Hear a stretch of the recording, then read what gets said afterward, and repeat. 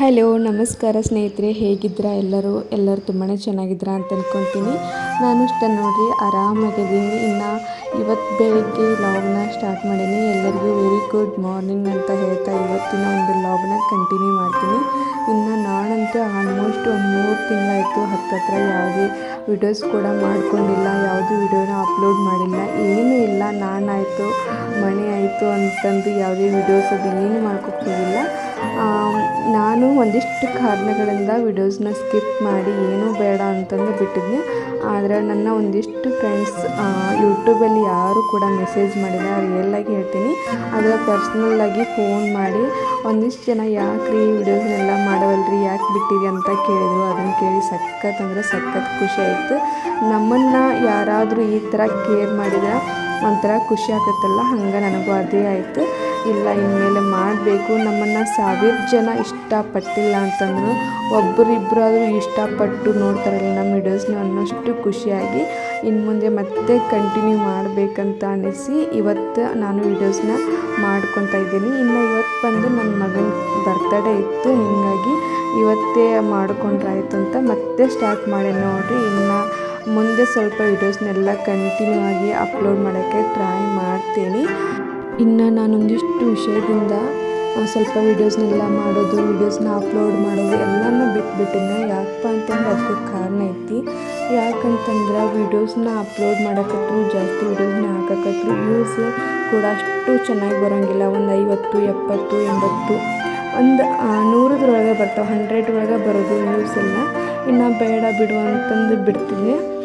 ನಾ ಏನು ಅಂದ್ಕೊಂಡಿನಿ ಅಂತಂದ್ರೆ ನನ್ನನ್ನು ಯಾರೂ ಗಮನಿಸೋದಿಲ್ಲ, ನಮ್ಮನ್ನ ಯಾರು ಅಬ್ಸರ್ವ್ ಮಾಡೋಂಗಿಲ್ಲ ಅಂತಂದು ನಾನು ಅಂದ್ಕೊಂಡು ಯಾವುದು ಬೇಡ ಅಂತಂದು ಬಿಟ್ಟಿದ್ದೆ. ಇನ್ನು ಮೊದಲಿಗೆ ನಾನು ವೀಡಿಯೋಸ್ನ ಸ್ಕಿಪ್ ಮಾಡಬೇಕಂತಂದ್ರೆ ಮಕ್ಕಳದ್ದು ಎಕ್ಸಾಮ್ ಟೈಮ್ನಲ್ಲಿ ನಾನು ಸ್ಕಿಪ್ ಮಾಡಿದ ವೀಡಿಯೋಸ್ನ ಸ್ವಲ್ಪ ದಿನ ಮಾಡೋದು ಬೇಡ, ಅವ್ರದ್ದು ಎಕ್ಸಾಮ್ ಎಲ್ಲ ಮುಗಲಿ ಮತ್ತೆ ಕಂಟಿನ್ಯೂ ಮಾಡಿದ್ರಾಯ್ತು ಅಂತಂದು ಮಾಡೋದನ್ನು ಬಿಟ್ಟ ಮೇಲೆ ಹಾಗೆ 1-2 ತಿಂಗಳು ಬಿಟ್ಟು ಈಗ 3ನೇ ತಿಂಗಳು ನಾನು ವೀಡಿಯೋಸ್ನ ಮಾಡಿಲ್ಲ. 3 ತಿಂಗಳಾಯಿತು. ಆದರೆ ಒಂದು ಬುದ್ಧಿ ಮಾತ್ರ ಕಲಿತೆ ನಾನು. 1 ತಿಂಗಳು ಏನು ಬಿಟ್ಟಿದ್ನಿಲ್ಲ, ಹುಡುಗರ ಸಂಬಂಧ ಅಂದರೆ ಮಕ್ಕಳ ಸಂಬಂಧ ಎಕ್ಸಾಮ್ ಇದೆ ಅಂತಂದು ಬಿಟ್ಟಿದ್ದೆ ನಾನು. ಆವಾಗ ಇಲ್ಲೇ ಮನೆ ಹತ್ರ ಒಂದು ಜಾತ್ರೆ ಬಂತು. ಜಾತ್ರೆಯಲ್ಲಿ ಹಾಗೆ ಎಲ್ಲರೂ ಕೂಡ ಮಾತಾಡ್ತಾ ಇರುವಾಗ ಇದೇ ಮಾತು ಬಂದಾಗ ಅವಳೇನು ಇವಾಗ ಈಗೇನು ವಿಡಿಯೋಸದು ಏನು ಮಾಡೋಂಗಿಲ್ಲ, ಯೂಟ್ಯೂಬ್ನ ಬಿಟ್ಟಾಳ ಅಂತಂದು ಮಾತಾಡಕತ್ರ. ನಾನು ಅಂದ್ಕೊಂಡೆ ನಾ ಯೂಟ್ಯೂಬನ್ನು ಬಿಟ್ಟಿಲ್ಲ, ವೀಡಿಯೋಸ್ ಮಾಡೋದನ್ನು ಬಿಟ್ಟಿಲ್ಲ. ಈಗೇನೋ ಮಕ್ಕಳ ಸಂಬಂಧ 1 ಮಂತ್ ಆಗಿತ್ತು, ಇನ್ನೂ 1 ಮಂತೂ ಆಗಿದ್ದಿಲ್ಲ, ಹಿಂಗೆ ಯಾಕೆಲ್ಲ ಅಂತಂದು ಮನೆಗೆ ಬಂದು ಯೋಚನೆ ಮಾಡಿದ್ದೆ ನಾನು. ಆವಾಗ ನನಗೆ ಅರ್ಥ ಆಗಿದೆ ಏನಂತಂದ್ರೆ ನಮ್ಮನ್ನು ಎಲ್ಲರೂ ಗಮನಿಸ್ತಾರೆ, ಆದರೆ ಯಾರೂ ನಮಗೇನು ಹೇಳೋದಿಲ್ಲ. ಇಲ್ಲ ನೀವು ಯೂಟ್ಯೂಬ್ನ ಚೆನ್ನಾಗಿ ಮಾಡ್ತೀರಿ, ವಿಡಿಯೋಸ್ ಕೂಡ ಚೆನ್ನಾಗಿ ಮಾಡ್ತೀರಿ, ಭಾಳ ಚಂದ ಬರತ್ತವು ಏನು ಹೇಳೋದಿಲ್ಲ. ನಾನಾಗಲಿ ಅದ್ರ ಬಗ್ಗೆ ಮಾತು ತೆಗೆದ್ರೂ ಅರ್ಧಕ್ಕೆ ಅದನ್ನು ಮಾತನ್ನು ಬೇರೆ ಕಡೆಗೆ ತಿರುಗಿಸಿ ಹೋಗೋರನ್ನು ಕೂಡ ನೋಡಿದ್ದೀನಿ. ಹೀಗಾಗಿ ಯಾರನ್ನೂ ಗಮನಿಸೋದಿಲ್ಲ, ಬೇಡ್ರಿ ಮತ್ತೆ ಯಾಕಿದನ್ನೆಲ್ಲ ಮಾಡೋದಂತಂದು ನಾನು ಬಿಟ್ಟರು ನಮ್ಮನ್ನು ಎಲ್ಲರೂ ಗಮನಿಸ್ತಾರೆ. ಅದು ಕೂಡ ಅರ್ಥ ಆಯಿತು. ಆವಾಗ ನಾನು ಅಂದ್ಕೊಂಡಿದ್ದು ಇನ್ನೊಂದು 2 ತಿಂಗಳ ನಾನು ವೀಡಿಯೋಸ್ನ ಏನು ಹಾಕೋದು ಬೇಡ, ಬಿಟ್ಬಿಡೋಣ, ಸ್ಕಿಪ್ ಮಾಡೋಣ, ಮುಂದೆ ಮಾಡೋಣ ಅಂತಂದು ಮುಂದೆ ಏನೇನು ಆಕೈತೆ ನೋಡ್ಬೇಕಂತಂದು ನಾನು ವೀಡಿಯೋಸ್ನ ಸ್ಕಿಪ್ ಮಾಡಿದ್ದೆ. ಇನ್ನು ಹಂಗೆ ಮಕ್ಕಳು ಎಕ್ಸಾಮ್ ಮುಗಿದ್ಮೇಲೆ ಅವ್ರಿಗೂ ಹಾಲಿಡೇಸ್ ಇತ್ತು 2 ತಿಂಗಳು. 2 ತಿಂಗಳು ಅವ್ರ ಜೊತೆ ಆರಾಮಾಗಿ ಕಳಿಬೇಕು ಅಂತ ಅನ್ನೋದು ಕೂಡ ಇತ್ತು. ಅವ್ರಿಗೆ ಟೈಮ್ ಕೊಡಬೇಕು, ನನಗೂ ನಾ ಟೈಮ್ ಕೊಟ್ಕೋಬೇಕು ಅಂತಂದು ಎಲ್ಲ ರೀತಿಯಿಂದ ಯೋಚನೆ ಮಾಡಿ ನಾನು ವೀಡಿಯೋಸ್ನ ಮಾಡೋದು 3 ತಿಂಗಳ ಸ್ಕಿಪ್ ಮಾಡ್ಕೊಂಡ್ಬಿಟ್ಟೆ. 3 ತಿಂಗಳು ನಾನು ಟೈಮ್ ತೊಗೊಂಡೆ, ಏನೂ ಬೇಡ ಆರಾಮಾಗಿದ್ದು ಬಿಡೋಣ. ಆಮೇಲೆ ಇನ್ನೂ ಯಾರ್ಯಾರ್ದು ಏನೇನು ಮುಖವಾಡಗಳು ಕಳಚಿ ಬೀಳ್ತಾವೆ ಅದೆಲ್ಲ ನೋಡಬೇಕನ್ನೋ ಒಂದು ಕುತೂಹಲ, ಆಸೆ ಎಲ್ಲ ಇತ್ತು. ಹೇಳ್ತೀನಿ ಕೇಳ್ರಿ, ಎಲ್ಲರೂ ನಮ್ಮನ್ನ ಗಮನಿಸ್ತಾರೆ, ಆದರೂ ಯಾರೂ ನಮ್ಮನ್ನು ಏನು ಅಂತಲೂ ಹೇಳೋದಿಲ್ಲ. ನೀವು ಚೆನ್ನಾಗಿ ಮಾಡ್ತೀರಿ, ಚೆನ್ನಾಗಿ ಮಾಡೋಂಗಿಲ್ಲ ಏನು ಹೇಳಿಲ್ಲ. ನಾನು ಒಂದಿಷ್ಟು ಮಂದಿನ ಕೇಳೀನಿ, ನನ್ನ ವೀಡಿಯೋಸ್ನೊಳಗೆ ಏನಾದರೂ ಸ್ವಲ್ಪ ತಪ್ಪಿದ್ರೆ ಹೇಳ್ರಿ, ನಾ ತಿದ್ಕೊತೀನಿ ಅಂತಂದು ನಾನಾಗಲೇ ಕೇಳಿದ್ರೂ ಯಾರೂ ಹೇಳೋದಿಲ್ಲ. ಆ ಮಾತನ್ನು ಅಲ್ಲೇ ಅರ್ಧಕ್ಕೆ ನಿಲ್ಲಿಸಿ ಬೇರೆ ಕಡೆಗೆ ಬೇರೆ ಮಾತಿನ ಕಡೆ ನಮ್ಮನ್ನ ಎಳ್ಕೊಂಡು ಹೋಗ್ತಾರೆ. ಇದನ್ನೆಲ್ಲ ಗಮನಿಸಿ ಎಲ್ಲರದ್ದು ಮುಖವಾಡಗಳು ನೋಡಿದ್ದೀನಿ. ನಾವು ಅಂದ್ಕೊತೀವಿ ನಾವು ಏನಾದರೂ ಕೆಲಸ ಮಾಡಿದ್ರೆ, ನಾವು ಏನಾದರೂ ಬೆಳೆದ್ರೆ ನಿಂತರೆ ನಮ್ಮನ್ನೆಲ್ಲರೂ ಮಾತಾಡಿಸ್ತಾರೆ, ನಮ್ಮನ್ನೆಲ್ಲರೂ ಇಷ್ಟಪಡ್ತಾರಂತ ನಾವು ಅಂದ್ಕೊಂಡಿರ್ತೀವಿ. ಒಂದು ಹೇಳ್ತೀನಿ ಕೇಳ್ರಿ, ನಾವು ಏನಾದರೂ ಒಂದು ಕೆಲಸ ಮಾಡ್ತೀವಿ, ನಾವು ಮುಂದುವರಿತೀವಿ ಅಂತಂದರೆ ಯಾರೂ ಇಷ್ಟಪಡೋಂಗಿಲ್ಲ. ಎಲ್ಲರೂ ಕಾಲು ಎಳೆಯೋರ. ಅದನ್ನೆಲ್ಲ ಬಿಟ್ಟು ನಮ್ಮ ಕೆಲಸ ಏನೈತಿ, ನಮಗೇನು ಎದರಲ್ಲಿ ಇಂಟ್ರೆಸ್ಟ್ ಐತಿ, ಯಾವ ಕೆಲಸದಲ್ಲಿ ಇಂಟ್ರೆಸ್ಟ್ ಐತಿ ನೋಡಿರಿ, ಅದನ್ನ ಒಂದು ಒಳ್ಳೆ ರೀತಿಯಲ್ಲಿ ಒಂದು ಒಳ್ಳೆಯ ಮಾರ್ಗದಲ್ಲಿ ನಾವು ನಡೆಸ್ಕೊತ ಹೋಗ್ಬೇಕು. ನಮ್ಮದು ಮಾಡೋ ಕೆಲಸ ದೇವರು ಮೆಚ್ಚಿದ್ರೆ ಸಾಕು, ಜನ ಮೆಚ್ಚೋ ಅವಶ್ಯಕತೆ ಇಲ್ಲ. ನಮ್ಮ ಮನ ಮೆಚ್ಚಬೇಕು, ನಾವು ನಂಬಿರ್ತಕ್ಕಂಥ ದೇವ್ರು ಮೆಚ್ಚಿದ್ರೆ ಸಾಕು. ಯಾವ ಜನಕ್ಕೂ ಮೆಚ್ಚುಗೆ ಕೊಡುವುದು, ಯಾವುದಾದ್ರೂ ಎಲ್ಲ ಜನ ನಮ್ಮನ್ನ ಮೆಚ್ಕೊಳ್ಳಿ ಅಂತಂದು ಕೈಟಾಗಿ ಕುದ್ರೋದು ಯಾವುದ್ಯಾವುದು ಬೇಡ. ನಮ್ಮ ಕೆಲಸನ ನಾವು ಇಷ್ಟಪಟ್ಟು ಶ್ರದ್ಧೆಯಿಂದ ಒಳ್ಳೆ ದಾರಿಯಲ್ಲಿ ನಡೆಸ್ಕೊಂಡು ಹೋಗ್ಬೇಕನ್ನೋದು ಅರ್ಥ ಆಯ್ತು. ಇನ್ನು ಅದ್ರ ತಕ್ಕಂಗೆ ಇನ್ನು ಮುಂದೆ ವಿಡಿಯೋಸ್ನೆಲ್ಲ ಹಾಕ್ಕೊಂಡು ಹೋಗೋಕೆ ಟ್ರೈ ಮಾಡ್ತೀನಿ, ಆದಷ್ಟು ಪ್ರಯತ್ನ ಪಡ್ತೀನಿ. ಯಾಕಂದ್ರೆ ಮಕ್ಕಳನ್ನ ನಿಭಾಯಿಸ್ಕೊಂಡು ಮನೇನ ನಿಭಾಯಿಸ್ಕೊಂಡು ವಿಡಿಯೋಸ್ನ ಮಾಡೋದು ಭಾಳ ಅಂದ್ರೆ ಭಾಳ ಕಷ್ಟ ಐತಿ. ಈಗೊಂದು ಅಡುಗೆ ವಿಷಯಕ್ಕೆ ಬಂತಂದ್ರೆ ನಾವು ನಾರ್ಮಲ್ಲಾಗಿ ಅಡುಗೆ ಮಾಡೋದೇ ಬೇರೆ ಆಗಿರ್ತೈತಿ. ಇನ್ನು ವಿಡಿಯೋಸ್ನ ಮಾಡ್ಕೊಂಡು ಅಡುಗೆ ಮಾಡೋಕತ್ರ ಒಂದು 10 ನಿಮಿಷದ ಕೆಲಸ ಒಂದು 45 ನಿಮಿಷ, ಒಂದು ತಾಸೆಲ್ಲ ಹೋಗ್ತೈತಿ. ಹೀಗಾಗಿ ಸ್ವಲ್ಪ ತ್ರಾಸಕ್ಕೈತಿ. ಅಷ್ಟರೊಳಗೆ ನಾನು ಅಡ್ಜಸ್ಟ್ ಮಾಡಿಕೊಂಡು ಇನ್ಮೇಲೆ ಸ್ವಲ್ಪ ವಿಡಿಯೋಸ್ನೆಲ್ಲ ಹಾಕೋಕೆ ಪ್ರಯತ್ನ ಪಡ್ತೀನಿ. ನೀವು ಅಷ್ಟೇ ನಿಮ್ಮ ಕೆಲಸದಲ್ಲಿ ಒಂದು ಶ್ರದ್ಧೆನ ಇಟ್ಕೊಂಡು ಒಳ್ಳೆ ರೀತಿಯಾಗಿ ಕೆಲಸ ಮಾಡ್ಕೊತ ಹೋಗಿ. ಯಾರನ್ನ ಇಲ್ಲಿ ಮೆಚ್ಚಿಸೋಂಥ ಅವಶ್ಯಕತೆ ಯಾರಿಗೂ ಇಲ್ಲ, ದೇವ್ರನ್ನೊಬ್ಬ ನಮ್ಮನ್ನು ಮೆಚ್ಚಿದ್ರೆ ಸಾಕು. ಇನ್ನು ನೋಡಿರಿ, ಮಗನ ಬರ್ತಡೇ ಇತ್ತಲ್ಲ, ಅವನ್ನ ಸಮಾಧಾನ ಮಾಡಿ. ಯಾಕಂತಂದ್ರೆ ಯಾವುದೇ ಒಂದು ಬಟ್ಟೆ ಹಾಕಿದ್ರೆ ಅಡ್ಜಸ್ಟ್ ಮಾಡ್ಕೋದಿಲ್ಲ, ಬರೀ ಪ್ಯಾಂಟು ಶರ್ಟ್ ಎಲ್ಲ ಕೇಳ್ತಾರೆ. ಇನ್ನು ಬರ್ತಡೇ ಇತ್ತಲ್ಲ, ಹೀಗಾಗಿ ಸ್ವಲ್ಪ ಟ್ರೆಡಿಷ್ನಲ್ ಡ್ರೆಸ್ ಎಲ್ಲ ಹಾಕಿ ಎಣ್ಣೆ ಸ್ನಾನ ಎಲ್ಲ ಮಾಡಿಸಿ ಅವನನ್ನು ಕೂಡ ರೆಡಿ ಮಾಡಿ ಇವಾಗ ಸ್ವಲ್ಪ ಚಾಕ್ಲೇಟ್ ಎಲ್ಲ ತಿನ್ನಿಸಿ ಅವಂಗೆ ವಿಶ್ ಮಾಡಿದ್ರೆ ಅವನು ಸಖತ್ ಖುಷಿ ಆದ. ಅವನ್ನೆಲ್ಲ ರೆಡಿ ಮಾಡಿದ್ದೆ. ಮಕ್ಕಳನ್ನ ಇವಾಗ ಮುದ್ದಾಗಿ ರೆಡಿ ಮಾಡ್ತಿರ್ತೀವಿ. ಇನ್ನು ಬೆಳೀತಾ ಅವ್ರು ಹೇಳ್ದಂಗೆ ನಾವು ಕೇಳ್ಕೊತ ಹೋಗಬೇಕು. ಯಾಕಂದರೆ ಈಗಾಗಲೇ ನಮ್ಮ ಭುಜಕ್ಕೆ ಬರೋಷ್ಟು ದೊಡ್ಡವನಾಗಿಬಿಟ್ಟಿದ್ದಾನ. ನೆನೆಸ್ಕೊಂಡ್ರೆ ಏನಾಕೈತೆ ಅಂತಂದ್ರೆ, ಇಷ್ಟು ಸಣ್ಣ ಕೈ, ಸಣ್ಣ ಕಾಲು, ಇಷ್ಟು ಚೋಟ ಇದ್ದು ನಮ್ಮ ಮುಂದೆ ಓಡಾಡ್ತಾ ಇರೋನು ನಮ್ಮ ಕಣ್ಣು ಮುಂದೆ ಬೆಳೆದ್ರೂ ನಮಗೆ ಗೊತ್ತಾಗೋಲ್ಲ. ಅಷ್ಟು ದೊಡ್ಡವನಾಗ್ಯಾನಂತ ಅನಿಸ್ಬಿಡೈತಿ. ಅದು ಬರ್ತಡೇ ದಿನನೇ ನಮ್ಗೆ ಅರ್ಥ ಆಕೈತಿ. ಯಾಕಂತಂದ್ರೆ ಹುಟ್ಟಿದ ದಿನನೇ ಅರ್ಥ ಆಕೈತಿ ಮಕ್ಕಳು ಇಷ್ಟು ದೊಡ್ಡವ್ರಾಗ್ಯಾರಂತಂದು. ಅದು ನಮಗೆ ಗಮನಿಸೋದೇ ಇಲ್ಲ ನಾವು ಇಷ್ಟು ದೊಡ್ಡವ್ರು ಹೆಂಗಾದ್ರಿ ಇವ್ರು ಅಂತಂತಂದು. ಮುದ್ದಾಗಿ ಮಾತಾಡ್ತಾ ಇರೋದು, ತೊದಲಾಗಿ ಮಾತಾಡ್ತಾ ಇರೋನು, ಎಷ್ಟು ಸ್ಪಷ್ಟವಾಗಿ ಮಾತಾಡೋದು, ಅದನ್ನೆಲ್ಲ ನೋಡಕತ್ರ ಒಂಥರ ಖುಷಿ ಆಕೈತಿ. ಇನ್ನು ಮನೆಯೊಳಗೆ ಸ್ವಲ್ಪ ಭಾಳ ಕೆಲಸ ಆಕೈತೆ ಅಂತಂದು ಇವತ್ತು ಹೊರಗಡೆನ ಸ್ವಲ್ಪ ನಾಷ್ಟ ಎಲ್ಲ ತರಿಸಿದ್ವಿ. ಇದು ಪಡ್ಡು ಬಂದು ಒಂದು ಸಣ್ಣ ಹೋಟೆಲ್ನ ಮಾಡ್ತಾರೆ. ಆದರೆ ನಾವು ಮನೆ ಮಂದಿ ಎಲ್ಲ ಇದಕ್ಕೆ ಪಿದಾಯಿ ಬಿಟ್ಟೇವಿ. ಎಷ್ಟು ಚೆನ್ನಾಗಿ ಮಾಡ್ತಾರೆ, ಒಂಥರ ಭಾಳ ಟೇಸ್ಟಾಗಿ ಮಾಡ್ತಾರೆ. ಇದಕ್ಕೆ ಮೆಂತ್ಯಕಾಳನ್ನ ಸ್ವಲ್ಪ ಜಾಸ್ತಿ ಹಾಕಿರ್ತಾರೆ. ಹಾಗಾಗಿ ಸಖತ್ ಘಮ ಎಲ್ಲ ಕೊಡ್ತಿರ್ತೈತಿ. ಇನ್ನು ಮಕ್ಕಳೆಲ್ಲ ನಾಷ್ಟ ಮಾಡಿಸ್ಕೊಂಡು ಸ್ವಲ್ಪ ಮನೆ ದೇವ್ರಿಗೆ ಹೋಗ್ಬರ್ಬೇಕಿತ್ತು. ಇನ್ನು ನಮ್ಮ ಮನೆದೇವ್ರು ಬಂದು ಮೈಲಾರಲಿಂಗ, ಹಾವೇರಿ ಹತ್ರ ಬರುತ್ತಲ್ರಿ, ಅಲ್ಲಿ ಮೈಲಾರಲಿಂಗ ನಮ್ಮ ಮನೆದೇವರು. ಇನ್ನು ಇಲ್ಲಿ ನರಗುಂದೊಳಗೂ ಒಂದು ಸಣ್ಣ ದೇವಸ್ಥಾನ ಮೈಲಾರಲಿಂಗ ಟೆಂಪಲ್ ಐತಿ. ಅಲ್ಲೇ ನಾವು ನಮಗೇನಾದರೂ ಮನೆಯಲ್ಲಿ ಫಂಕ್ಷನ್ ಇದ್ರೆ, ಈ ಮಕ್ಕಳ ಬರ್ತಡೇ ಇದ್ರೆ ಹೋಗಿ ಬರ್ತಿರ್ತೀವಿ. ಮಗ ಕೂಡ ಹೋಗಿ ಪ್ರಸಾದ ಇಸ್ಕೊಂಬಂದು ನೋಡಿರಿ. ನಾವು ಎಲ್ಲ ನಮಸ್ಕಾರ ಮಾಡಿ ಕಾಯಿ ಎಲ್ಲ ಒಡಿಸ್ಕೊಂಡು ಇಲ್ಲಿ ಕುಂತ್ಕೊಂಡಿದ್ವಿ. ಹಂಗೆ ಅವ್ನು ಗೊತ್ತಿಲ್ಲಂಗೆ ಸ್ವಲ್ಪ ವಿಡಿಯೋಸ್ನೆಲ್ಲ ಮಾಡತ್ತಿದ್ವಿ. ಅಂದರೆ ಅಲ್ಲಿ ಸ್ವಲ್ಪ ಹೇಳ್ತೀನಿ, ಅಲ್ಲಿ ಏನೋ ಒಂದಿಷ್ಟು ಪದ್ಧತಿ ಎಲ್ಲ ಮಾಡ್ತಾರೆ. ಅದನ್ನೆಲ್ಲ ನೋಡೋಕತ್ರ ಅದು ನೋವು ಆಗೋದಿಲ್ಲ ಹಾಗೆಲ್ಲ ಕೇಳ್ತಿರ್ತಾನೆ. ಅದು ನೋವು ಆಕೈತಿ ಆಗೋದಿಲ್ಲ ಅಂತಂದರೆ ಅದೆಲ್ಲ ದೇವ್ರ ಮೇಲೆ ನಮ್ಮ ಭಕ್ತಿ ಹೆಂಗಿರತ್ತೆ ನೋಡಿರಿ, ಅದ್ರ ಮೇಲೆ ಡಿಪೆಂಡ್ ಆಕೈತಿ. ಇದನ್ನೆಲ್ಲ ನೋಡಿ ಅವ್ರಿಗೆ ನೋವು ಆಕೈತಿ ಇಲ್ಲ ಅಂತೆಲ್ಲ ನನಗೆಲ್ಲ ಕೇಳ್ತಾ ಇದ್ದ.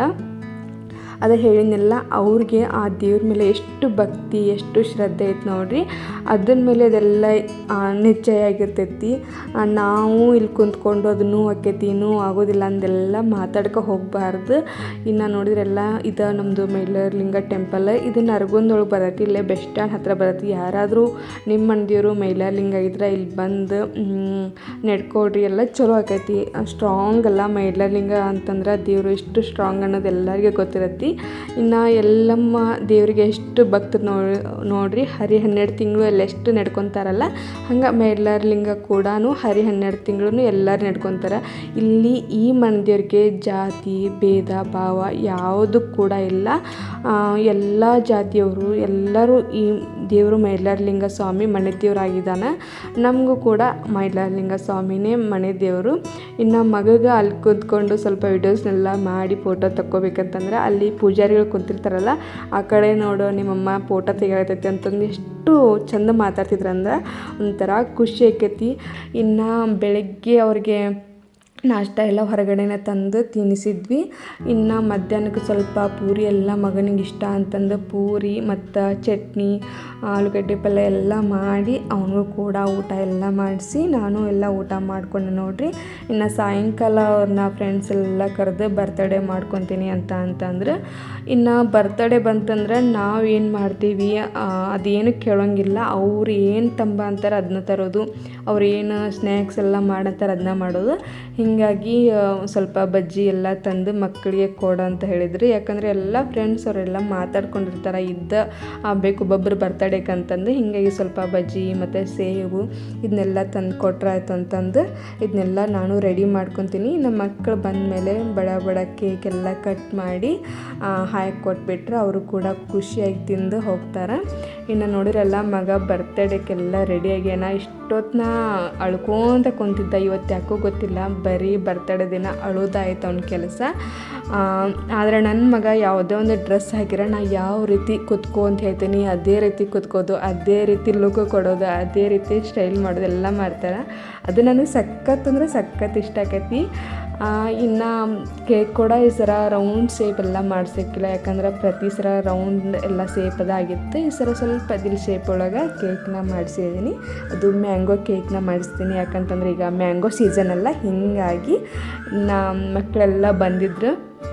ಅದು ಬರ್ತಡೇ ಎಲ್ಲ ಮಾಡತ್ತಾರೆ ನೋಡ್ರಿ. ಸಖತ್ ಅಂದರೆ ಸಖತ್ ಖುಷಿ ಆಗ್ತಾರೆ ಮಕ್ಕಳಿಗೆ. ಇದೊಂದು ಎಂಜಾಯ್ಮೆಂಟ್ ಅಂತಂದ್ರೆ ಸಿಕ್ಕಾಪಟ್ಟೆ ಇಷ್ಟ.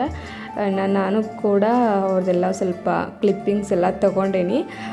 ಎಲ್ಲರೂ ಕೇಳ್ತಾಯಿದ್ರು, ಮಕ್ಕಳು ಕೂಡ ಕೇಳ್ತಾಯಿದ್ರು, ಈಗ ವಿಡಿಯೋಸ್ ಮಾಡೋದೇ ಬಿಟ್ಟಾರ ಆಂಟಿ ಅಂತೆಲ್ಲ ಅಂತಿದ್ರು. ಎಲ್ಲ ಹುಡುಗರು ಸತ್ಯಕ್ಕೆ ಗೊತ್ತಿರತ್ತೆ ಮಾಡೋದಿಲ್ಲ ಅಂತಂದು. ಸಖತ್ ಇಷ್ಟ ಆಯಿತು. ಇನ್ನು ಮುಂದೆ ವಿಡಿಯೋಸ್ನ ಮಾಡಬೇಕು, ನನ್ನ ಕೈಲಿ ಸಾಧ್ಯವಾದಷ್ಟು ಆದರೂ ಮಾಡಬೇಕಂತ ಅಂದ್ಕೊಂಡೀನಿ. ಇನ್ನು ಅಷ್ಟೇ ಅಲ್ಲದೆ ಇವತ್ತು RCB ಮ್ಯಾಚ್ ಕೂಡ ಇತ್ತು. ಅದು ಕೂಡ ಸಖತ್ ಇಷ್ಟ. ಅದಕ್ಕೆ ಇವತ್ತು ನಾನು ಹೇಳ್ತಾ ಇದ್ದೆ ನನ್ನ ಮಗನಿಗೆ, ಇವತ್ತೇನಾದರೂ RCB ಕಪ್ ಗೆಲ್ತಂದ್ರೆ ಅದೇ ನಿನ್ನ ಬರ್ತಡೇ ಗಿಫ್ಟ್ ಅಂತಂದು.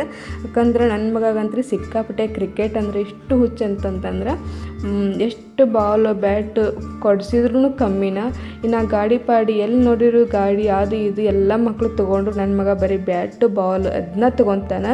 ಅಣ್ಣ ಬಾಲ್ ಒಂದಿದ್ರೆ ಸಾಕು, ಗೋಡೆಗೆಲ್ಲ ಬಾಲ್ ಹಾಕೋದು 6 4 ಅನ್ಕೊಂತ ಬಾಲೆಲ್ಲ ಹಾಕಿ ಎಷ್ಟು ಚಂದ ಆಡ್ತಾನೆ ಅಂತಂದ್ರೆ ಅದೆಲ್ಲ ಮಸ್ತ್ ಇಷ್ಟ ಆಕೈತೆ ನನಗೆ. ಇನ್ನು ಮಕ್ಕಳದ್ದು ಗಿಫ್ಟ್ ನೋಡಾಕತ್ತಂದ್ರೆ ಎಷ್ಟು ಖುಷಿ ಆಗೈತಂದರೆ ಒಂದು ಸೀಸು ರಬ್ಬರು ಇದನ್ನೆಲ್ಲ ಒಂದು ಕವರಲ್ಲಿ ಹಾಕ್ಕೊಂಡು ಎಷ್ಟು ಚಂದ ಮಾಡ್ಕೊಂಬರ್ತಾರಂತಂದ್ರೆ ಇನ್ನೊಬ್ರು ಬರ್ತಡೇ ಇದ್ದಾಗ ಇವ್ರು ಮಾಡ್ಕೊಂಡು ಹೋಗೋದು, ಇವರೆಲ್ಲ ಕಷ್ಟಪಡೋದು, ಇನ್ನು ಇವ್ರು ಬರ್ತಡೇ ಇದ್ದಾಗ ಅವರೆಲ್ಲ ಕಷ್ಟಪಟ್ಟು ಮಾಡ್ಕೊಂಬರೋದು. ಇದೆಲ್ಲ ನೋಡಕತ್ತಂತಂದ್ರೆ ನಾವು ಮಕ್ಕಳಿಗೆ ಇರೋದು ಚಲೋ ಇತ್ತು. ಇಷ್ಟು ದೊಡ್ಡವ್ರು ಯಾಕಾದೀವಿ, ಈ ಮನಸ್ತಾಪ ಅದು ಇದನ್ನೆಲ್ಲ ನೋಡಕತ್ತಂತಂದ್ರೆ ಚಿಕ್ಕ ಮಕ್ಕಳು ಹಾಗೆ ಇರೋದು ಎಷ್ಟು ಖುಷಿ ಅಲ್ವಾ ಅಂತ ಅನಿಸ್ಬಿಡ್ತೈತಿ. ಯಾಕಂತಂದರೆ ಯಾವುದೇ ಭೇದ ಭಾವ ಏನೂ ಇರೋಂಗಿಲ್ಲ. ನಾವು ಇನ್ನೊಬ್ರಿಗೆ ಕೊಡಬೇಕು, ಅವ್ರಿಗೆ ಹೊಗಳಬಾರ್ದು, ಏನೂ ಇರೋಂಗಿಲ್ಲ. ಅದೊಂಥರ ನಿಷ್ಕಲ್ಮಶವಾದ ಮನಸ್ಸು, ನಿಷ್ಕಲ್ಮಶವಾದ ಪ್ರೀತಿ. ಆ ಪ್ರೀತಿ ಮುಂದೆ ಯಾವುದು ಕೂಡ ದೊಡ್ಡದಲ್ಲ. ಮಕ್ಕಳಿಗೆ ಇರೋದು ಒಂಥರ ಖುಷಿ ಅನಿಸ್ಬಿಡತ್ತೆ. ಇನ್ನು ಮಕ್ಕಳು ಕೂಡ ಎಲ್ಲ ಕೇಕ್ ಎಲ್ಲ ಕಟ್ ಮಾಡಿ ಎಲ್ಲ ಸ್ನ್ಯಾಕ್ಸ್ ಎಲ್ಲ ತಿಂದು ಆಟ ಆಡಕತ್ತಿದ್ರು.